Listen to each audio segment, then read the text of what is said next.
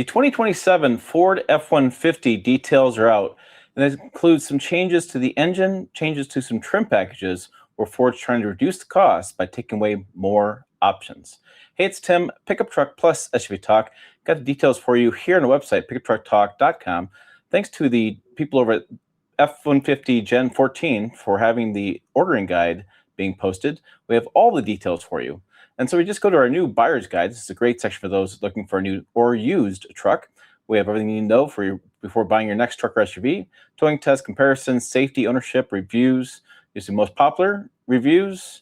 We have towing tests. We have comparisons, safety, and then we have what's new. And it's going to be right here on the 2027 Ford F-150 changes. We have the article for you. And I have all of the details, including everything they have in order guide, not just the big engine details you may have heard of on other channels. So the big detail is that the 3-liter EcoBoost now is a standard engine. The 2.7-liter V6 is gone. And that is something that I was anticipating. We wrote about this in April, thinking that this was going to be a change. The 2.7-liter was just maybe not powerful enough F-150, and they have the 3-liter anyways, so why not just cut down on the different varieties of EcoBoost and make this the standard engine? It makes a lot of sense to me as far as having it in the F-150. So that was the big news for the 2027. There's also many more details to go for this truck, okay? So that's the big news there. We have a chart, though, that is going to talk about where it's going to be as far as powertrain, as far as horsepower and torque, maybe, what our guess is. It'll be standard on XL models with different 141 and 145-inch wheelbase, both XST equipment groups, all XLT equipment groups, Lariat 500A and Lariat 501A.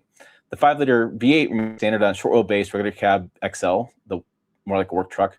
The 3.5-liter EcoBoost is standard on 157-inch wheelbase XL and higher level Lariat 502A packages. King Ranch, Platinum, and Tremor continue to use the 3.5-liter EcoBoost. The Raptor remains with a high output version of 3.5-liter EcoBoost. So, like I said, we covered this from April. We theorized that it may make that change. There was a rumor mill about that. We wrote a story about that on our website. And then this is the chart we created back then. So looking at this going across, the 2.7-liter had 325 horsepower and it had 400 foot-pounds of torque, or excuse me, 400 foot-pounds of torque. And then the 3.5-liter had 400 horsepower, 500 foot-pounds of torque. So this 3.0-liter EcoBoost can slide right in there with 405 horsepower, a little more horsepower than the EcoBoost V6, but less torque than the 3.5-liter EcoBoost. So you have a little more torque than the 2.7, more horsepower in 2.7, but not as much as 3.5. So it kind of makes sense to slide it right in there. A little more horsepower, a little more torque for those in the base engine. And so it does make some sense when you look at it from that way. And does not mean that the F-150 will have the exact version of those numbers. They may make some changes to the engine. The 2027 was supposed to be a full redesign for the F-150, but it got pushed back. We reported on that as well.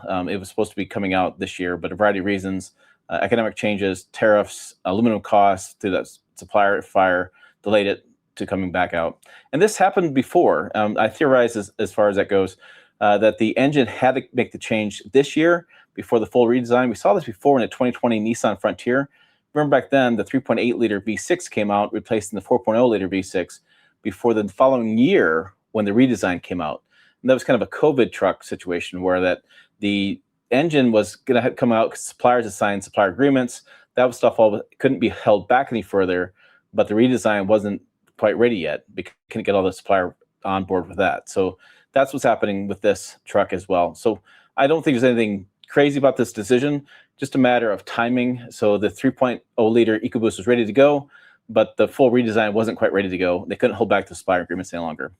So now we have more affordable F-150 Tremor coming. We saw this last year as well.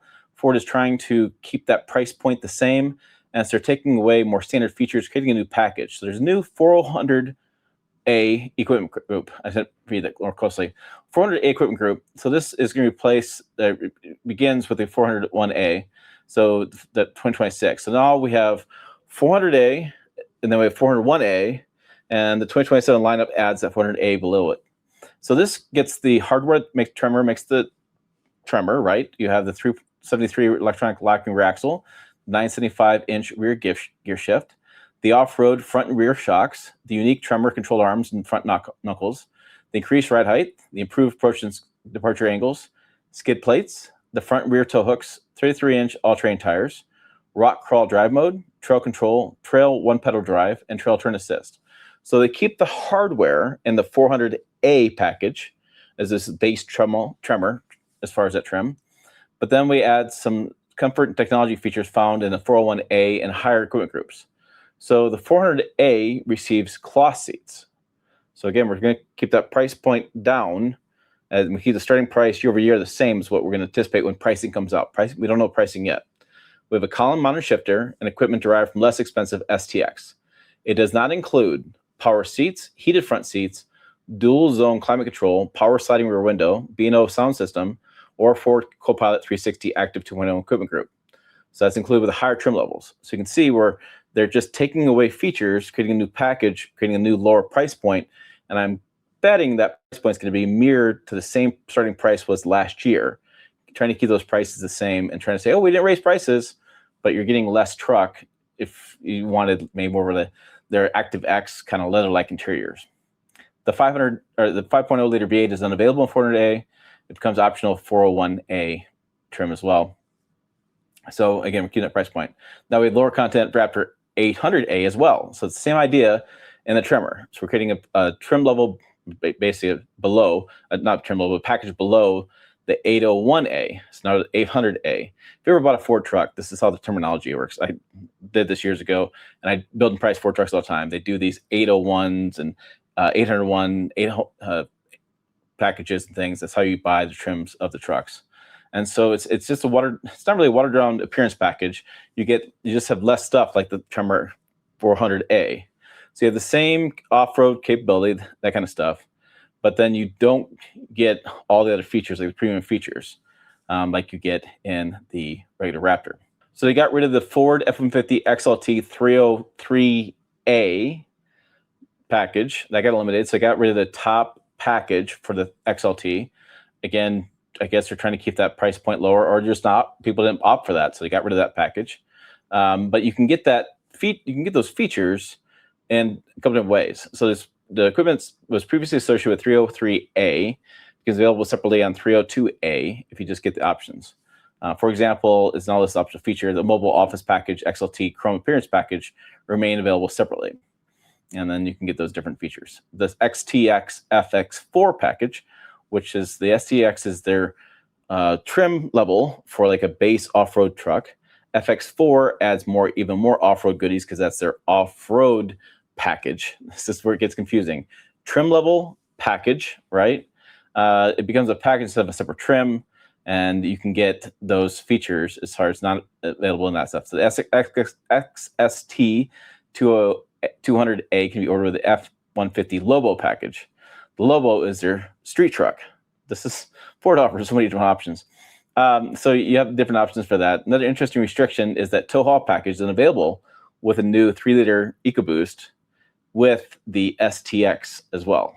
So when you go to build and price and do the stuff, when the build and price tool comes out, you're going to have a lot of funky things. You're not going to be able to add certain features to certain trucks just because of the way they option the stuff out to buy, which is frustrating for consumers. Fewer choices for long bed F-150 Lariat buyers. This is interesting as well. So the 157-inch wheelbase, which is a 6.5-foot bed for Lariat Super Crew, is no longer available with the base Lariat 500A. So you have to go higher trim level, you got to spend more money. You have to get the Lariat Chrome appearance package or Lariat Black appearance package to get a longer wheelbase, 600-foot bed, longer wheelbase with that Super Crew. That leaves the 3.5-liter EcoBoost the standard engine for longer Lariat configuration. It also requires buyers who combine the Lariat 501A with the PowerBoost hybrid to select either the Chrome or Black appearance package. That's always frustrating when you're buying these trucks.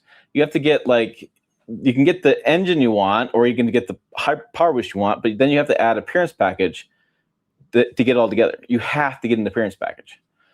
So the 5.0 liter expands, though. The V8, hey, the V8 expands to King Ranch and Platinum. This is cool news, right? So more in the higher trim levels used to be restricted only to the 3.5 liter EcoBoost high output.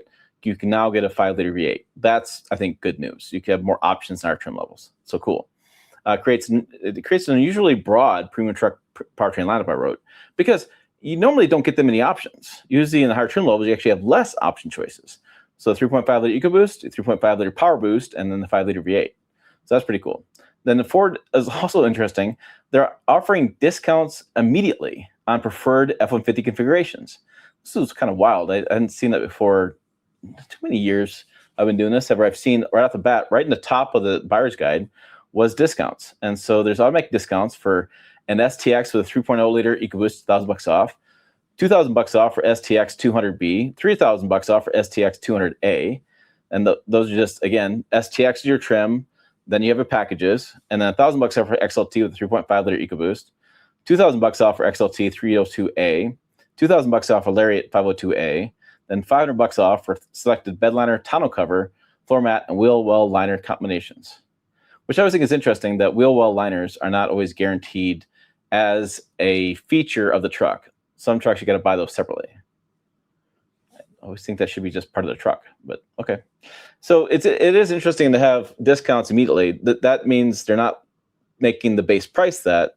It's a sales tool. They want to sell those trim levels right off the bat. And those trims are actually the lower trim levels, not XL's work truck, but XST, XTX, and XLT are the lower trim levels. They're pretty interesting.